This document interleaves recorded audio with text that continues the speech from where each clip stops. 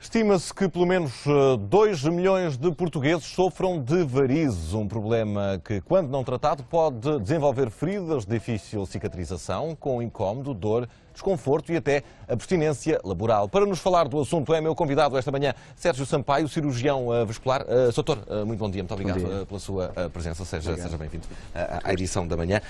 Vamos abordar principalmente uma das novas formas de tratamento, a radiofrequência. Como é que se processa? A radiofrequência é um método alternativo de cirurgia de varizes.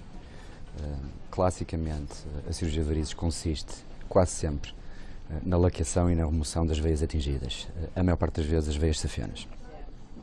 Esse tipo de cirurgia tinha que ser feito praticamente sempre com recurso a incisões nas virilhas, quando a veia safena grande era a veia atingida pelo problema. Esta nova modalidade terapêutica permite tratar essa veia através de uma simples punção na pele, uma picada na pele, que permite a introdução de um catéter de radiofrequência, que vai entregar energia à parede da veia, conseguindo o efeito desejado, que é, no fundo, a oclusão permanente e definitiva da veia, que, à medida que o tempo vai passando, à medida que os meses vão passando após a cirurgia, a veia acaba por se transformar numa estrutura vestigial virtualmente indetetável. É, portanto, um processo menos invasivo. Exatamente, tem uma filosofia menos invasiva quando comparada com a cirurgia clássica, que obrigava à laqueação e à remoção por um processo físico. A veia saía de facto do corpo, era retirada do corpo.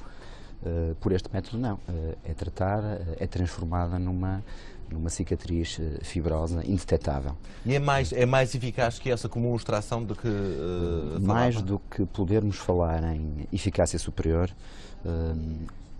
o percurso que fazemos para atingir um determinado objetivo é feito de modo diferente.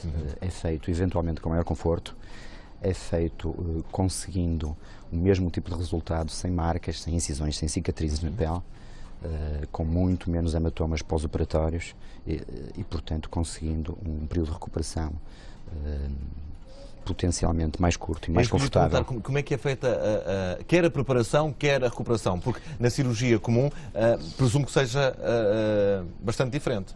Sim, em termos de preparação nem tanto, não é? A maior parte dos métodos que possuímos hoje em dia, dos mais tradicionais aos mais inovadores, não obrigam a uma preparação que tenha nada de especial, nem nada de muito difícil. Mas, de facto, a recuperação de uma cirurgia feita por radiofrequência é caracteristicamente mais rápida. Quase sempre este tipo de procedimento é feito com anestesia local, portanto com o doente acordado.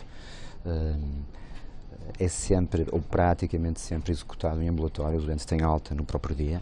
Algo que também pode ser conseguido, em alguns casos, com a cirurgia clássica, mas mais consistentemente com este tipo de método. E o ter alta no próprio dia é o ir para casa ou pode logo ativamente ter uma vida mais ou menos normal? Mais ou menos normal, de um modo relativamente precoce. A maior parte das pessoas depende, obviamente, do que é a atividade habitual da pessoa em causa, das atividades profissionais, o que é o dia-a-dia normal. Mas naquilo que não implique grandes esforços físicos, nem nada que seja especialmente violento, a maior parte das pessoas recupera no dia seguinte ou 48 horas depois. Evidentemente tem algumas limitações, terá que utilizar uma meia elástica durante algumas semanas, um período que é variável também de caso para caso, mas podemos pensar numa recuperação funcional, num retomar de uma vida praticamente normal, de facto, muito cedo. E há riscos associados a esta intervenção? Os riscos associados à intervenção por radiofrequência, ao tratamento de varizes por radiofrequência, não são muito diferentes também daqueles que referimos quando pensamos numa cirurgia clássica. Os mais importantes são, eventualmente, a trombose venosa, a coagulação do sangue numa veia que não seja aquela que pretendemos tratar, nomeadamente veias profundas, algo que pode acontecer sempre que operamos varizes, seja por que método for.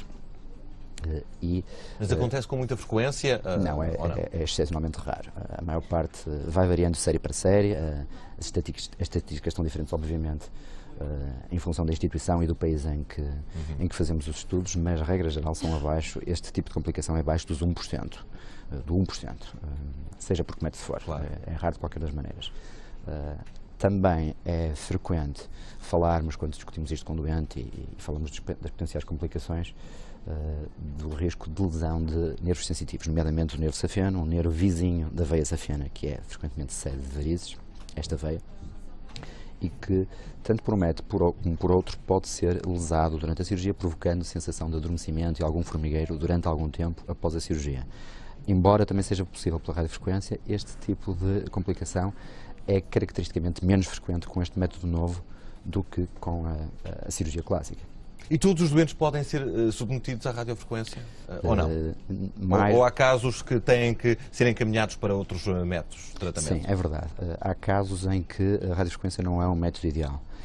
Mas isso acontece com todos os métodos de tratamento de varizes. Mais do que falarmos de um método que seja claramente superior em todas as situações, não acredito que isso aconteça. A cirurgia de varizes tem que ser muito talhada em função do caso que temos perante nós. Casos ideais há para a radiofrequência, outros casos há em que... Mas quais são os casos ideais, então, para a radiofrequência? A radiofrequência não deve ser tentada, com certeza. A radiofrequência não deve ser utilizada em indivíduos com veias especialmente dilatadas, que o calibre da veia varicosa seja muito elevado ou excepcionalmente tortuosa também. Isso pode dificultar a técnica e condicionar a eficácia daquilo que pretendemos. Ou seja, os casos muito complicados, presumo que o facto da veia ser mais grossa e muito sinuosa, como estava a dizer, que seja um caso mais complicado, ou não? Não, nem sempre. É uma dedução errada, então, mas é que eu acho que muita gente naturalmente faria. São aqueles casos, eventualmente, do ponto de vista cosmético, mais espetaculares, que podem impressionar mais quando olhamos, mas não quer dizer que, de modo nenhum, não há uma relação direta entre gravidade da doença, entre perigo, até associado à situação, e aquilo que nós vemos a olho nu, em termos de volume das varizes. Doutor, bom dia. Muito obrigado pela sua presença e pelos esclarecimentos sobre esta edição da manhã.